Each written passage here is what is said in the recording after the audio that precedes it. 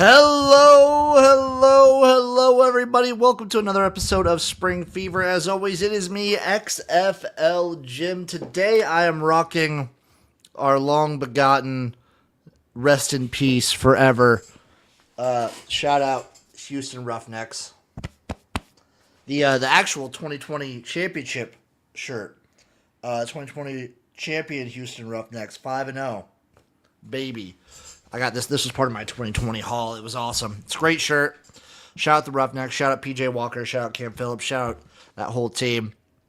Speaking of which, from that team, one Sergio Castillo of the Winnipeg Blue Bombers. So don't you ever forget that. But before we get into any CFL talk, any UFL talk, any talkity talk whatsoever, I do have to tell you that Spring Fever is brought to you by none other than Royal Retros.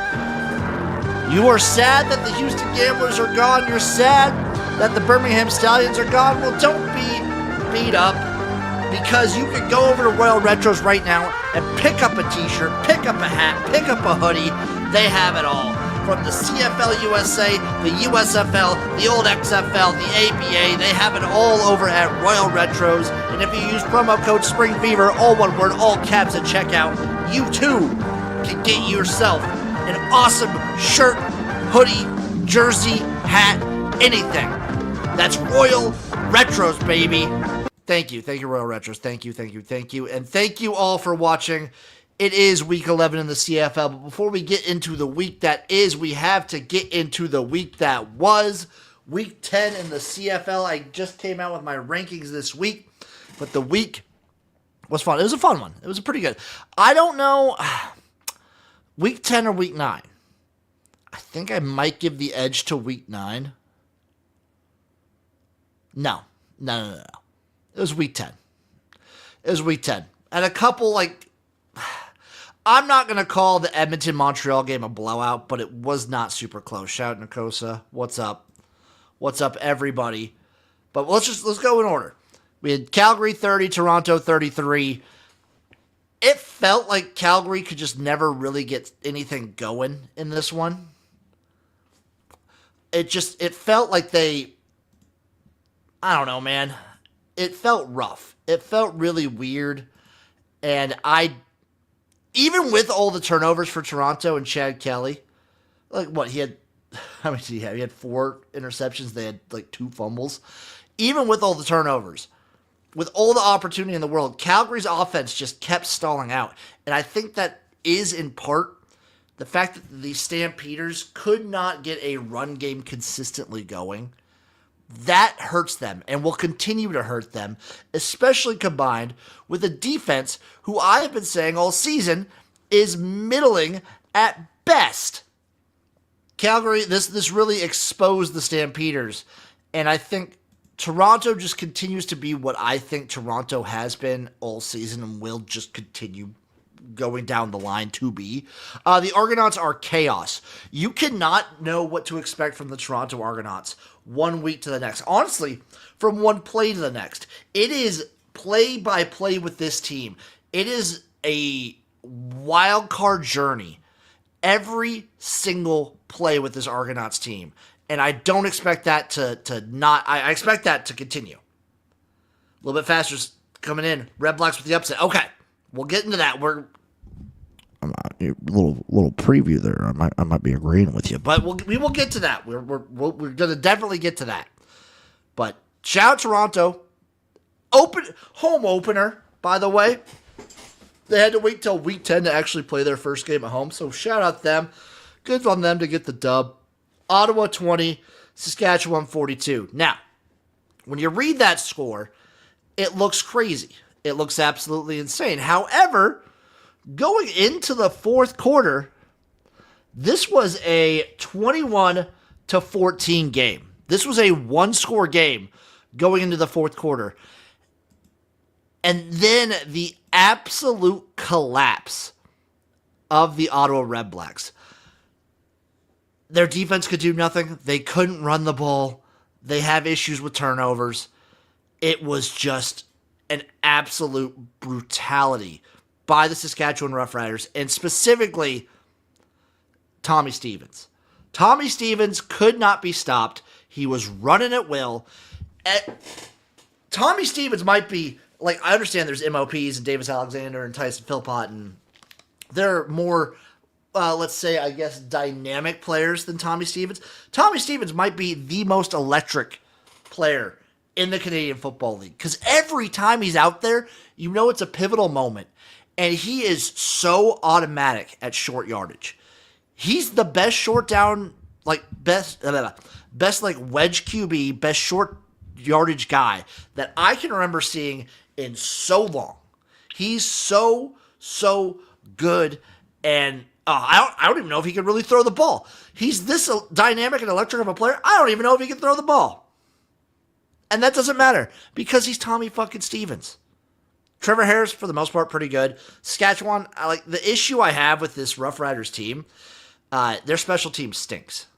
And I don't see that changing. I worry for their special teams going forward. So, Ottawa, I don't know, man. This team, the Ottawa Redblacks continue to just frustrate me, and I assume all of their fan base, every single week. They were in this game. They had opportunities. Yeah, Horvath is great too. I agree. They had opportunities, but they squander any chance they get. Ottawa just loves snatching defeat from the jaws of victory and just like finding new ways to lose once again. Speaking of which, Edmonton 30, Montreal 48. This was, I think, a combination of Edmonton just wasn't having it, and Montreal was firing. When Montreal is firing on all cylinders, I don't know if any team can stop them. I think your best bet is just to try and keep up with them. And I think we're seeing a pattern now from Edmonton. Justin Rankin, he had some carries, but if Justin Rankin isn't going off, this team isn't consistent enough to really like put it up on you. And I like Edmonton. I think Edmonton's like a top 3 team. This is just Montreal. When Montreal's killing it, they're impossible to stop. And if you can't keep up because Montreal has a great defense, whatever. Broke your arm last night playing football. Oh, that's brutal. That's brutal. McLeod Bethel Thompson won a Grey Cup 2 years ago, and Ottawa had him benched until the game was already lost. So, he hasn't played. Yeah, that's fair. He is the backup. He's just there. I think Ottawa is seeing what they have in Jake Mayer. This is like a full year to give him the reins and see if you need to go somewhere else next year. The issue with Ottawa is they can't run the ball, and McLeod Bethel Thompson can't run at all. Like, he would get destroyed back there. He's kind of a statue. I think he's good. Don't get me wrong. He can sling it. He can be quick with it. Yeah, but Mayer sucks. He does, but this whole team sucks. Every aspect of this team sucks. So, I don't know. I don't know what Ottawa's going to do. Last game, Hamilton 24, BC 27. I don't know what BC's issue is with using Blake Horvath. They should use Xander Horvath. They should use Horvath more than they were doing. They gave him 16 carries. They should do more. They should be using him so much. He's so good. Nathan Rourke, obviously back. He's going to need a little bit more time to adjust. He'll get into it. BC's defense is trash. I do think Hamilton has at least an exciting quarterback prospect in Harrison Frost. I think they have that going for him. Another team that can't really run the ball, so I worry for the Ticats. They're just in a spot right now where they're going to hope and play for the playoffs. Butler has been disappointing, especially for a guy who is supposed to be and has been one of the top backs, like top 3 back in this league consistently. Butler has been disappointing. Like, point, stop, has not worked. But I think also the fact that he's the only run threat on BC is a little, I don't know, he's had, like 2 years ago, he was great. He was also dynamic in the pass game. BC is just in a weird spot. BC's in a really weird spot. They've had so many close games, and they've been losing, but they seem like they should be in such a better spot because what are the standings right now? The standings right now, they are in last place in the West, right behind Calgary. But honestly, I feel like BC has been playing better than Winnipeg recently. I think the future of the Ticats is Frost. I was impressed with them. Now, I think Ford could be a good short yardage back.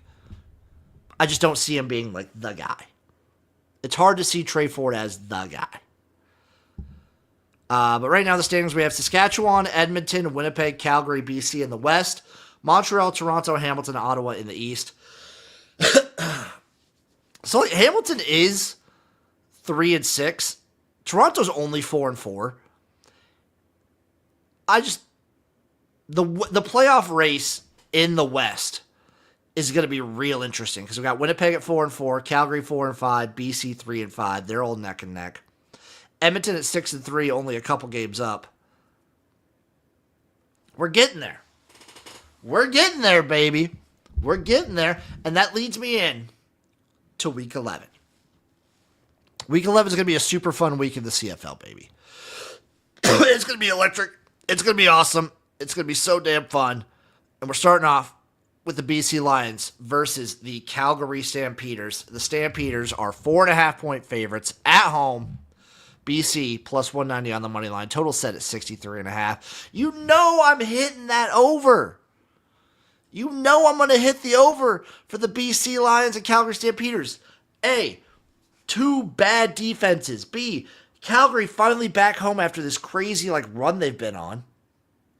C, 2 bad defenses. I also think BC kind of starts feeling themselves. And yes, Calgary can't run the ball. And no, BC can't run the ball. What do these 2 teams do poorly? Defend the pass. So, give me the over. I lean towards BC as well, by the way. It's 9:08 here in Winnipeg. Respect. It is going to be a great game. And the stream will be live for that game. So I'm streaming Thursday, but won't be able to stream Friday because I'm going to a wedding. But I'm going with the over. And I'm going to go the BC Lions plus 4.5. Calgary embarrassed this team the last time they played. And they have that in their memory. They have that in their mind. And they're gonna play with fire. They're gonna play with fierceness, and it's gonna be close. I think Calgary wins, but I think BC keeps it close. Give me the plus 4.5 for the BC Lions. Come on. Come on! This is gonna be such a good game. It better be. It better be a super fast-paced, high-flying, no-defense game. It's gonna be amazing. Game number 2, Ottawa Redblacks at the Winnipeg Blue Bombers. Bombers are 6.5-point favorites, plus 245 on the money line for Ottawa. Total is 57.5, the lowest total of the weekend, baby. Real fast, Quebec City expansion announcement, Ruben, for September. I would love that.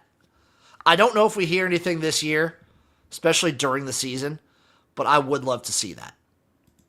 Now, when it comes to Ottawa versus Winnipeg, there's kind of 2 things going on against each other right now. Let me just tell you something. The Ottawa Redblacks have not won a game this season.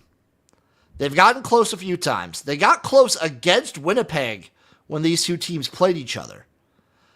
And now, if I look back from week 1 on, Winnipeg has not won. Sorry, they've won 1 game at home, I'm seeing. The Winnipeg Blue Bombers have won 1 game at home this whole season. Last time these teams played, Ottawa barely lost in overtime. So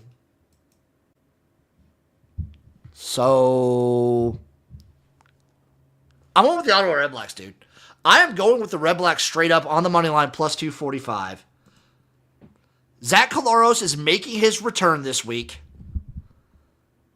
I'm taking the Redblacks plus 6.5, plus 245 on the money line. This is where Ottawa gets their win. I'm putting my reputation on the line. Not that I have a good reputation, but I'm putting whatever trash reputation I have on the line for the Ottawa Redblacks. Yes, the O-line for Winnipeg is garbage. The play calling at many points during these games for Winnipeg is garbage. Ottawa, you could argue the same thing, but I'm going to take it. I'm going to take the 6.5. I'm going to take the money line. This is the week, baby. This is the time. This is their time. This is the Redblacks moment. Which leads me, of course, into Saturday, game number 3. We have the Toronto Argonauts versus the Edmonton Elks. Edmonton minus 3.5 at home, plus 160 on the money line for the Argos. Total is set at 62.5. Baby. Toronto coming off of a very sloppy but very interesting win. I think Collaros and Mitchell are on their way out. Older, injured, great stars. I agree. Toronto coming off of a very weird, crazy, dumb win. I'm not going to call it lucky because I think they did look like the better team against Calgary. Edmonton just got outclassed a little bit by Montreal in that one, which is fine. It's a split. Sometimes that happens. But I got it. It's tough. It's tough, okay? Toronto, theoretically, they stop the run really well. They have a great defensive front. Edmonton's going to want to run the ball, but they love running outside. I'm going to get cheeky here. I'm going to take the Elks in a bounce back spot at home to get the crowd going. Toronto, what is it? They're crazy dumb. So let's take a look at the Toronto Argonauts entire. So week 1, they don't play. Week 2, close loss to Montreal. Obviously a win against Ottawa. Then a win against Saskatchewan. Then blowout loss to Calgary. Pretty decent loss to Winnipeg. It wasn't that close, 21-30. Then a close loss to Hamilton. Nice little win against BC. And then a close win against Calgary.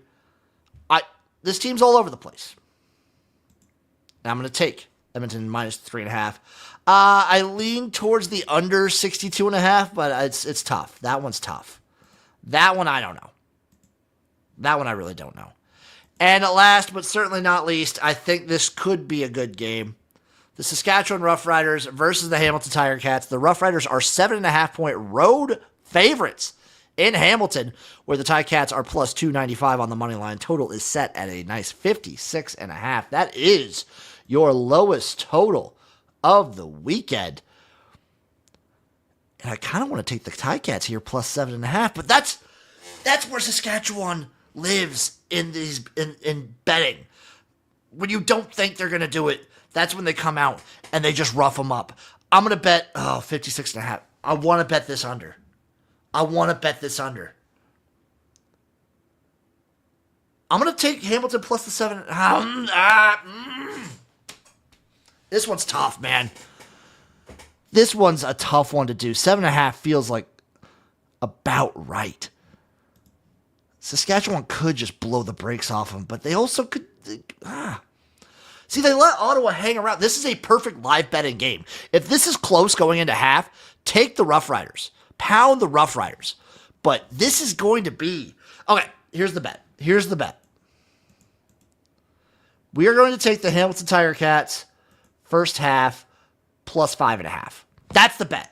That is the bet you make in that game. Tiger Cats plus 5.5 first half. Maybe even sprinkle a little bit on that plus 215. Also under 28.5 first half. Yes. So, Tiger Cats plus 5.5 first half. Maybe a sprinkle on plus 250 on the money line first half. Under 28.5 first half. All first half plays in Saskatchewan, Hamilton. I'm also going to give you some bets for tomorrow. I'm going to give you some touchdown scores. We're going to have fun and play some anytime touchdown scores in the BC Lions Calgary Stampeders game. There we go. So we are going to go. They brought him in for a reason. A Jew. Anytime plus 180. Yes. Nathan Rourke, anytime plus 290. Yes. He can scramble for one. I don't care if he's been banged up. He's coming off of injury. He's going to run one. He'll run one in. And then I'm going to go. We're going to go. Here we go. Justin McInnes. First touchdown. Justin McInnes' first touchdown. Just wait. It could happen. It might happen. It will happen. And also, I'm going to sprinkle a little bit on Tyreek McAllister. 2 touchdowns. Plus 900. I get greedy, okay? I get a little greedy, boy. When I'm here by myself, I don't have Uncle Rico reeling me in. I get a little greedy. I get a little crazy with it, okay? I get a little nuts with it, but that's how we live. We live fast and loose.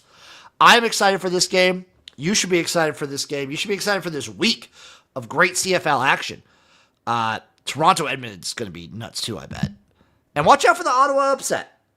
Keep your eye on the Ottawa Redblacks upset.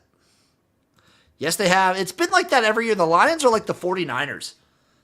Every year it feels like they get just hit with injuries like absolutely crazy. It's a damn shame. So I will be streaming tomorrow. We're gonna be watching the game tomorrow. Friday I will not be here. And then you guys are gonna have to come up with something. Twitch.tv/XFL Jim, XFL Jim.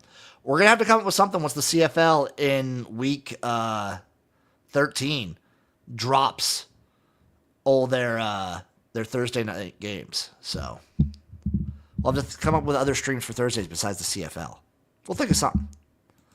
They do. This has been awesome. Thank you guys.